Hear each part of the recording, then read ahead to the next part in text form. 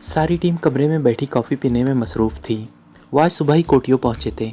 इमरान ने उनके लिए होटल होनो में कमरे रिजर्व कराए थे और वो खुद जवाना के साथ किसी और होटल में चला गया था। फ़िलहाल चूँकि उनके ज़िम्मे कोई काम न लगाया गया था और ना ही उन्हें किसी मिशन के मुतालिक कुछ मालूम था, इसलिए वो सारा दिन बाचान के इस खूबसूरत शहर की सैर में मसरूफ़ रहे थे। और अब रात को अपने अपने कमरों में जाने से पहले वो इस कमरे में इकट्ठे हो गए थे। इस बार कोई बड़ा मिशन है, इसलिए चीफ ने पूरी टीम भेजी है। सफदर ने काफ़ी की चुस्की लेते हुए कहा। मेरा ख्याल है मिशन वगैरह कुछ नहीं है, चीफ ने हमें यहाँ तफरी के लिए भेजा है, वरना वो ज़रूर रवानगी से पहले कुछ न कुछ तफसीलात बताता। चौहान ने मुस्कुराते हुए कहा। नहीं, चीफ के लिए तफरी वगैरह की कोई हकीकत नहीं है और ना वो इन फजूलियात का कायल है। ये सारा चक्कर इमरान का चलाया हुआ है। वह हर बार ऐसा ही करता है कि हमें तो कोने में बेकार चीज़ों की तरफ फेंक देता है और ख़ुद मिशन के लिए काम करता रहता है। जब वो मिशन मुकम्मल कर लेगा फिर दांत निकालता हुआ आ जाएगा और हमारी वापसी शुरू हो जाएंगी। हमारा काम अब इमरान के काम पर सिर्फ तालियां बजाना ही रह गया है। तनवीर ने बुरा सा मुंह बनाते हुए कहा और सारे मेंबरान तनवीर की इस बात पर खिलखिलाकर हंस पड़े। अगर ऐसा है भी सही तो फिर क्या है, बेशक मिशन इमरान मुकम्मल करता फिरे, हमें तफरी के मौके तो मिल जाते हैं। जूलिया ने इमरान की तायद करते हुए कहा। लेकिन इससे पहले कि कोई साथी जूलिया की बात का जवाब देता, अचानक दरवाज़ा खुला और इमरान अंदर दाखिल हुआ। वाह वाह, पूरी बारात मेरे इंतज़ार में बैठी हुई है, दुल्हन समेत, इमरान ने चहकते हुए कहा। तुमने आते ही बकवास शुरू कर दी, पहले ये बताओ तुम सारा दिन कहाँ गायब रहे, जूलिया ने गुस्सेले लहजे में कहा। अरे अरे, निकाह तो हो जाने दो, इसके बाद करना ऐसी बातें। पहले ऐसी बातें करने वाले को हमारे माशरे वाले बेशरम कहते हैं। इमरान ने एक खाली कुर्सी घसीटकर तनवीर के करीब बैठते हुए कहा, जिसका चेहरा इमरान की आमद से ही बिगड़ा हुआ था। मेरे ख्याल में सबसे बड़े बेशरम तो तुम खुद हो। तनवीर से ना रह गया तो बोल पड़ा। तुम्हारा ख्याल ही ऐसा हो तो इसमें भला मेरा क्या कसूर। वैसे बुज़ुर्ग कहते हैं कि ख्यालात पाकीज़ा रखने चाहिए, वरना चेहरा बिगड़ जाता है। क्यों बुज़ुर्गवार सफदर सईद साहब, इमरान ने मुस्कुराते हुए जवाब दिया और इस बार सारे बेख्तियार हंस पड़े और तनवीर का चेहरा और ज़्यादा बिगड़ गया। तुम बकवास किए जाओगे या हमें कुछ बताओगे भी सही कि यहाँ पूरी टीम की आमद की वजह क्या है, जूलिया ने होठ चबाते हुए कहा। असल बात बता दूँ बगैर कुछ छुपाए, इमरान ने आगे की तरफ झुकते हुए कदरे पुरइसरार से लहजे में कहा। हाँ बताओ, जूलिया ने कहा और सारे मेंबरान के चेहरों पर भी तजस्सुस के आसार नुमाया हो गए। तुम्हारे चीफ को देखने के लिए उसके ससुराल वालों ने आना था और चीफ साहब को लामहल्ला चेहरे से नकाब हटाना पड़ता, इसलिए उसने सोचा कि कहीं टीम वाले उसका असल चेहरा ना देख ले, चुनांचे उसने हम सबको यहाँ भेज दिया, इमरान ने कहा और कमरे में एक ज़ोरदार कहकहा गूंज उठा। फिर वही बकवास शुरू कर दी तुमने। अगर तुम नहीं बताओगे तो मैंने फ़ैसला किया है कि यहीं से वापस चली जाऊँगी, जूलिया ने इंतहाई गुस्सीले लहजे में कहा। बेशक चली जाओ, खुद ही रातों को डरती रहूँगी, इमरान ने मुंह बनाते हुए कहा। क्यों, मैं क्यों डरूँगी, जूलिया ने ऐसे लहजे में कहा जैसे इमरान के फ़िक्रे की समझ ना आई हो। बदसूरत चेहरा देखकर बच्चियाँ डर जाती है और नकाब हट चुका होगा, इमरान ने कहा और एक लम्हे तक तो सारे खामोश बैठे सोचते रहे। फिर जैसे उन्हें इमरान की बात की समझ आई, सब बेख्तियार हंस पड़े। अगर चीफ का चेहरा बदसूरत है तो फिर तुम सबसे ज़्यादा बदसूरत कहलाने के हकदार हो। और सुनो, अब अगर चीफ के बारे में कोई बकवास की तो सर तोड़ दूंगी, जूलिया ने भन्नाए हुए लहजे में कहा। अच्छा, यानी तुम्हें नकाब वाले चेहरे अच्छे लगते हैं। मुबारक हो तनवीर, मैं भी सोच रहा था कि आखिर तनवीर को बुर्का सिलवाने की क्या ज़रूरत पड़ गई है, इमरान ने कहा और तनवीर एक झटके से उठ खड़ा हुआ। ये बकवास करने से बाज नहीं आ सकता, मैं अपने कमरे में जा रहा हूँ, वरना ये मेरे हाथों मारा जाएगा, तनवीर ने बड़बड़ाते हुए कहा और तेज़ी से बैरूनी दरवाजे की तरफ बढ़ गया। अरे अरे, अभी नहीं सिला, अभी इसमें नकाब लगानी बाकी है, इतनी भी क्या जल्दी है, सिल जाएगा, इमरान ने कहा और कमरा एक बार फिर कहकहों से गूंज उठा। तनवीर रुका नहीं बल्कि उसी तरह चलता हुआ कमरे से बाहर निकल गया। इमरान साहब, आपके आने से पहले हम इसी मौजू पर बात कर रहे थे, कैप्टन शकील ने शायद मौजू बदलने के लिए कहा। बात करने की ज़रूरत ही क्या है, तुम भी टेलर को ऑर्डर दे दो, अकल पर तो पहले ही पर्दा पड़ा हुआ है, अब चेहरे पर भी आ जाएगा तो क्या हर्ज है, इमरान ने कहा। अकल पर पड़ा हुआ है, क्या मतलब, चौहान ने हंसते हुए कहा। जब अकल पर पर्दा पड़ जाए तो वाकई मतलब समझ में नहीं आता। वैसे तुमने शायद वो शेर नहीं सुना कि जो पर्दा पहले औरतों के चेहरों पर होता था, अब वो मर्दों की अकल पर पड़ चुका है। जूलिया का चेहरा और तुम्हारी अकल दोनों बतौर सबूत मौजूद है, इमरान ने कहा और इस बार बाकी तो हंसे ही थे, जूलिया भी हंस पड़ी थी। तुमसे तो बातों में कोई मुकाबला ही नहीं कर सकता, अगर बकवास का मुकाबला हो तो तुम्हें यकीनन पहला इनाम मिलेगा, जूलिया ने बेबसी के से अंदाज में हंसते हुए कहा। मुझे तो किसी ने मुकाबले में शरीक ही नहीं करना, इस मैदान में औरतों को मुकम्मल इजारादारी है, इमरान ने तुर्की ब तुर्की जवाब दिया और महफिल एक बार फिर कश्ते ज़ाफ़रान बन गई। मेरा ख्याल है तनवीर ने अच्छा किया है कि अपने कमरे में चला गया है, अब हमें भी चलना चाहिए, जूलिया ने गुस्सैले लहजे में कहा। ये कमरा किस शरीफ आदमी के नाम है? इमरान ने मुस्कुराते हुए पूछा। मेरे नाम है, चौहान ने मुस्कुराते हुए जवाब दिया। चलो शुक्र है, एक आदमी तो मिल ही जाएगा रात गुजारने के लिए। क्या ख्याल है चौहान, आज रात ताश खेल कर ना गुजारी जाए? इमरान ने इस तरह चौहान से मुखातिब होकर कहा जैसे कमरे में चौहान के अलावा और कोई मौजूद ना हो। इमरान साहब, क्या वाकई हम सब यहाँ सिर्फ तफरी करने आए हैं? सफदर ने मुस्कुराते हुए कहा। तुम्हारे लिए तो तफरी कहलाई जा सकती है, लेकिन मेरे लिए सारी उम्र का फंदा है, इमरान ने सर हिलाते हुए कहा। सारी उम्र का फंदा, क्या मतलब? सफदर भी इमरान के फिक्रे पर चौंक पड़ा। शादी फंदा ही होती है, लटके रहो इस फंदे में सारी ज़िंदगी। लेकिन एक बात है, फंदा होता बड़ा रंगीन है, इमरान ने मुस्कुराते हुए जवाब दिया। तो तुम यहाँ शादी करने आए हो? जूलिया ने फंकारते हुए कहा। शादी में तो अभी बड़े मराहिल है, फ़िलहाल तो बर दिखावे के लिए आया हूँ। पसंद आ गया तो फिर दूसरा मरहला शुरू होगा, यानी पहले शोहर से तलाक का मरहला, उसके बाद तीसरा मरहला आता है इद्दत का, और उसके बाद कहीं शादी का मरहला आएगा। और मुझे यकीन है तब तक मेरी कमर झुक जाएंगी, आंखों पर आतिशी शीशों वाली वजनी ऐनक होंगी, मुंह में मसनूई बत्ती सी होंगी जो खाने की वजह से नीचे गिर पड़ेंगी। रिसालों में सिर्फ तस्वीरें ही नज़र आएंगी, तहरीर गायब हो चुकी होंगी। इमरान की ज़ुबान चल पड़ी। दूसरे साथी तो उसकी बात पर हंस पड़े, लेकिन जूलिया का चेहरा वाकई बिगड़ गया। मैं अभी और इसी वक्त जूतियाँ मार मार कर तुम्हें इस हाल में पहुंचा दूंगी, समझे? खुलकर बात करो, किससे शादी का सोच कर आए हो, और वो भी शादीशुदा से? जूलिया ने काट खाने वाले लहजे में कहा। उसकी आंखों से चिंगारियाँ सी निकलने लगी थी। अरे अरे, बर दिखावा तो हो जाने दो, उसके बाद जो होता रहे सो होता रहे, इमरान ने खौफजदा से लहजे में कहा।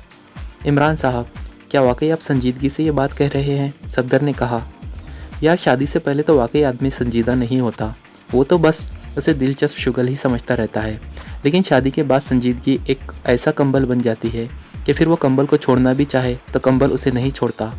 वैसे मैंने कोई गलत बात तो नहीं कर दी, शादी करना कोई जुर्म तो नहीं है, क्यों miss Juliana fitter water? Imran ने मुस्कुराते हुए कहा। मैंने कब रोका है तुम्हें? मेरी तरफ से तुम जहन्नुम में भी जा सकते हो, जूलिया ने गुर्राते हुए कहा। इतनी बड़ी कुर्बानी कम से कम मैं नहीं दे सकता कि किसी की तरफ से मैं जहन्नुम में चला जाऊँ और वो मज़े से बैठा जन्नत के फल खाता रहे और फ़लसफ़ा कुर्बानी पर वाह वाह करता रहे, इमरान ने जवाब दिया। और एक बार फिर सब हंस पड़े। तो आप नहीं बताएंगे कि असल चक्कर क्या है? सफदर ने मुस्कुराते हुए कहा। चक्कर चक्कर ही होता है, चाहे असल हो या नकल, क्योंकि अगर चक्कर ना होगा तो फिर मुस्ततिल होगा, मुसल्लस होगा, मुरब्बा होगा, बहरहाल दायरा यानी चक्कर नहीं हो सकता। चलो बता देता हूँ। तो सुनो साहिबाने महफिल, दिल थाम कर सुनो, पहले दरवेश का किस्सा, जिसका अब इस आज़ाद दुनिया में रह गया है बहुत थोड़ा सा हिस्सा। यानी बाचान में एक क़यामत, एक आफत, बल्कि आफत जाँ, राहत आशिकान रहती है। नाम है उसका कोमो। हुस्न की देवी भी उसके सामने अपना बदसूरत चेहरा छुपा लेती है। उसकी आंखों में सितारे झिलमिलाते हैं, होठों से फूल गिरते हैं, आरिस के गुलाब दहकते हैं, और इन दहकते हुए आरिज़ों में से आशिकों की आहों का धुआं उठता है। तो ये कोमो यहाँ एक खौफनाक देव के चुंगल में फंसी हुई है। उस देव का नाम है यांग देव, और सारी दुनिया जानती है कि शहज़ादा अली इमरान किस कदर बहादुर और दिलेर है, और उसने अपनी दिलेरी और बहादुरी से कोहे काफ से भी ज़्यादा खतरनाक इलाके स्विट्ज़रलैंड से पानी की शहज़ादी को छुड़ाकर अपने साथ रखा हुआ है। तो वो भला कैसे बर्दाश्त कर सकता है कि कोमल शहज़ादी कोमो उस देव के पंजे इस्तिबदाद में फंसी फड़फड़ाती रहे। चुनांचे शहज़ादा अली इमरान अपने दरबारियों समेत आ गया यहाँ, और अब वो कोमल शहज़ादी कोमो को इस यांग देव के पंजे से छुड़वाएगा। लेकिन आजकल के देव आसानी से नहीं मरा करते, इसलिए लाजमन उस देव से कहकर उस शहज़ादी को तलाक दिलवानी पड़ेगी, क्योंकि देव ने ज़बरदस्ती उस शहज़ादी से शादी रचा रखी है। और फिर वो कोमल शहज़ादी कोमो शहज़ादी अली इमरान के हवाले अक़द में आ जाएंगी, और बादशाह सलामत यानी चीफ साहब अपना तज वो तख्त छोड़कर याद इलाही में मसरूफ़ हो जाएंगे, और वो दोनों हंसी खुशी ज़िंदगी गुजारना शुरू कर देंगे। तो साहिबो, यह है किस्सा पहले दरवेश का, अब तुम्हारी बारी। मैं हमातम गोश बल्कि नसीहत नवेश हूँ, इमरान ने कहा, और इस तरह खामोश हो गया जैसे वाकई कोई तवील किस्सा बयान करके थक कर खामोश हो गया हो। मतलब ये हुआ कि सीक्रेट सर्विस किसी यांग से कोमो को छुड़वाने यहाँ आई है, सफदर ने हंसते हुए कहा। क्या बकवास है, अब सीक्रेट सर्विस का यही काम रह गया है, जूलिया ने इंतहाई गुस्सीले लहजे में कहा। उसकी आंखों से शोले से निकल रहे थे। मेरा ख्याल है इमरान साहब दुरुस्त कह रहे हैं, मैं यांग और कोमो को जानता हूँ। अचानक नुमानी बोल पड़ा, और सब चौंक कर उसे देखने लगे। इमरान भी चौंक पड़ा, उसे भी शायद ये सुनकर हैरत हुई थी कि नोमानी यांग और उसकी बीवी के बारे में कुछ जानता है। यांग मंशियात का इस सारे इलाके का मशहूर तरीन स्मगलर है। इन इलाकों में मौजूद बेशुमार वीरान जजीरे उसके अड्डे हैं और जहाँ तक मेरी मालूमात है, यांग सारा बिजनेस समंदर के रास्ते से करता है। उसके पास न सिर्फ तिजारती जहाज़ों का एक बहुत बड़ा बेड़ा मौजूद है, बल्कि इंतहाई तेज़ रफ्तार लॉन्चें और खौफनाक असले से लदी हुई जंगी कश्तियाँ भी मौजूद है। और यहाँ तक कहा जाता है कि यांग के पास आबदोज़े भी हैं। उसने एक इंतहाई खूबसूरत लड़की कोमो से शादी की हुई है। मुझे ये सारी मालूमात 2-3 माह पहले इत्तेफाक से इस तरह हासिल हो गई कि मेरा एक दोस्त यांग की तंजीम लीग ग्रुप के ख़िलाफ़ खुफिया तहकीकात कर रहा था। उसका ताल्लुक इंटरनेशनल एंटी नारकोटिक एजेंसी से है। वो पाकिस्तान आया तो मेरी इत्तेफाकन उससे मुलाकात हो गई और ये सारी तफसीलात उसने मुझे बताई थी। लेकिन चूँकि हमारा ये फील्ड ना था, इसलिए मैंने खुसूसी तौर पर कोई तवज्जो ना दी थी। उसने मुझे कोमो और यांग दोनों के बारे में तफसील से बताया था। यांग उसके मुताबिक इंतहाई अय्याश, सफाक, सालिम और खौफनाक लड़ाका है। इंतहाई मजबूत जिस्म का आदमी है और उसकी बीवी कोमो का ताल्लुक गो बाचान से है, लेकिन वह मखलूत नस्ल की लड़की है। उसका बाप अतालवी और माँ चीनी थी। उसका बाप यहाँ एक बार चलाता था जिसका नाम कोमो बार है।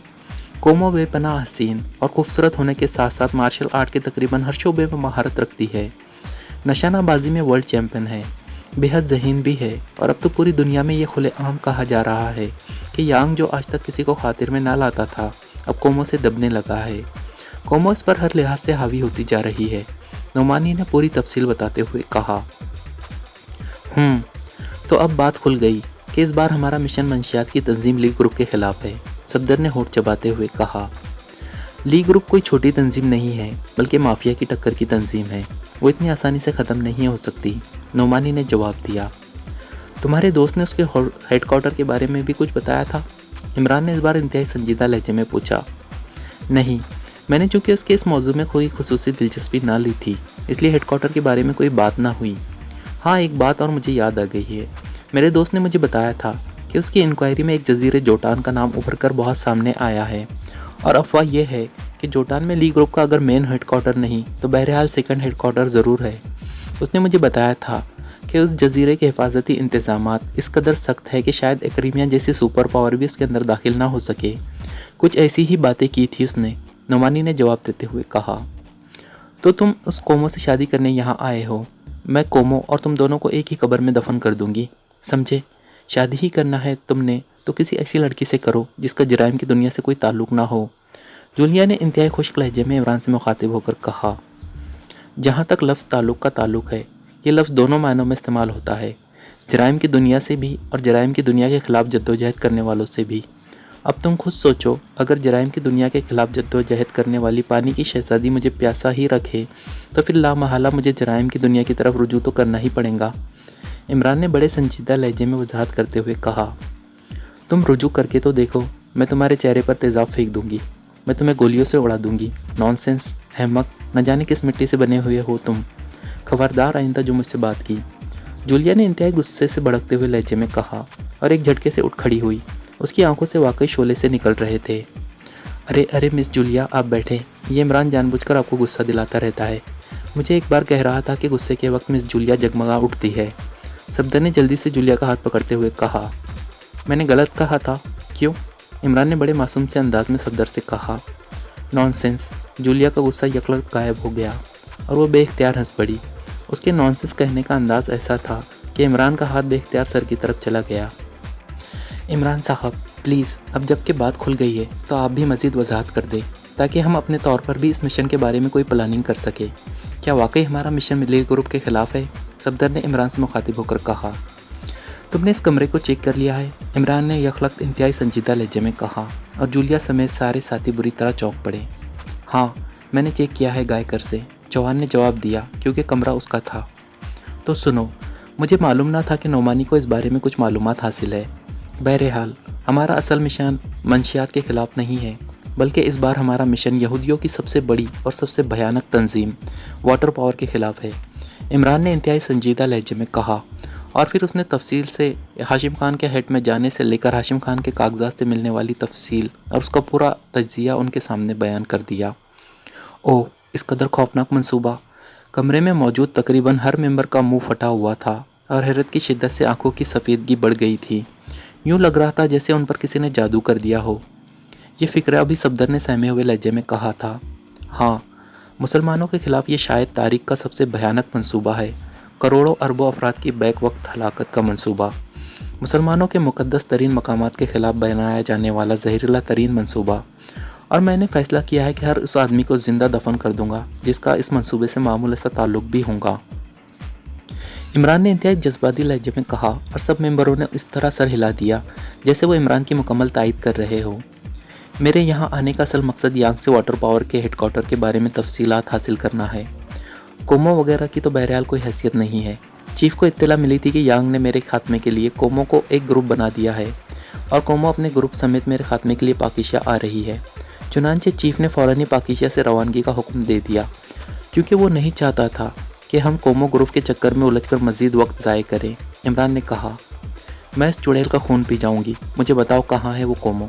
जूलिया ने बफरे हुए लहजे में कहा, मैंने ये सारी तफसील आप लोगों को इसलिए बता दी है ताकि आपके जहनों में ये बात रहे कि इस बार हमारा मुकाबला किन लोगों से है और हमारा मिशन क्या है। मैं यहाँ आया ही इसी मकसद के लिए था। इमरान ने उसी तरह संजीदे लहजे में कहा और सब साथियों ने सर हिला दिए। आपने आज सारा दिन क्या किया है, कुछ हमें भी बताएं, कैप्टन शकील ने कहा। मैंने आज सारा दिन यांग के बारे में तफसीलात जमा करने में गुजारा है, लेकिन मुझे कुछ ज़्यादा कामयाबी हासिल नहीं हो सकी।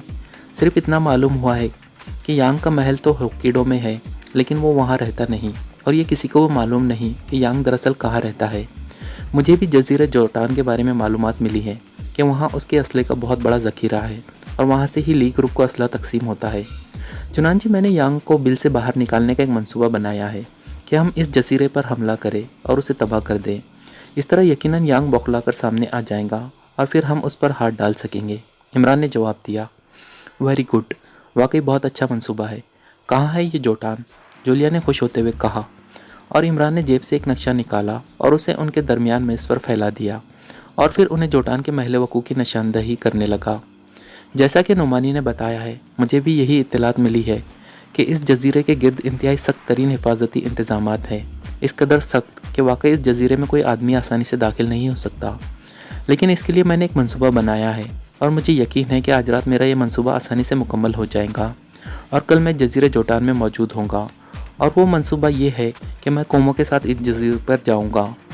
इमरान ने कहा और कोमो के साथ के अल्फाज सुनकर जूलिया बुरी तरह चौंक पड़ी। उसके साथ कैसे जाओगे? क्या हम वैसे इस जजीरे में दाखिल नहीं हो सकते?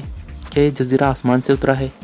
जूलिया ने इंतहाई गुस्सीले लहजे में कहा, वो बात नहीं है मिस जूलिया जो तुम सोच रही हो। मैंने पहले ही कहा है कि वाटर पावर से ताल्लुक़ रखने वाला हर शख्स मेरे हाथों इबरतनाक मौत मरेगा और कोमो भी इसमें शामिल है। कोमो ने जो नया ग्रुप बनाया है उसमें एक आदमी टीको भी शामिल है और ये टीको पाकिस्तान में रह चुका है। सुपरिटेंडेंट फयाज का दोस्त था और इसी वजह से उससे मेरी भी कई बार मुलाकात हुई थी। बहरहाल कोमो को उसने मेरे मुतालिक तफसील बताई है और आज दोपहर को जब मैं और जोआना होटल शंघाई से निकल रहे थे तो मैंने इस टीको को देख लिया था। गो टीको ने अपने तौर पर यही समझा कि मैंने उसे नहीं देखा, लेकिन मेरी नज़रों ने एक लम्हे में उसे ताड़ लिया। उसके बाद जब मैं होटल शंघाई पहुंचा तो मैंने चंद पुरअसरार अफराद की नकल व हरकत देखी और फिर मैंने एक आदमी को घेर लिया। उससे सारी सूरत हाल मालूम हुई कि टीको ने कोमो को मेरी यहाँ मौजूदगी की इत्तला दे दी है और कोमो ने अपना ग्रुप मुझे ज़िंदा पकड़ने के लिए भेजा है और साथ ही हुक्म दिया है कि मुझे ज़िंदा गिरफ्तार करके जजीरा जोटान में पहुँचा दिया जाए और जवानों को गोली मारकर हलाक कर दिया जाए। यह आदमी जिसे घेरा गया था उसका नाम फ़ाक है। मैंने फ़ाक को तो हलाक कर दिया, लेकिन फिर सारा दिन मैं मनसूबाबंदी में मसरूफ़ रहा कि जोटान पहुंचने के बाद मैंने क्या करना है।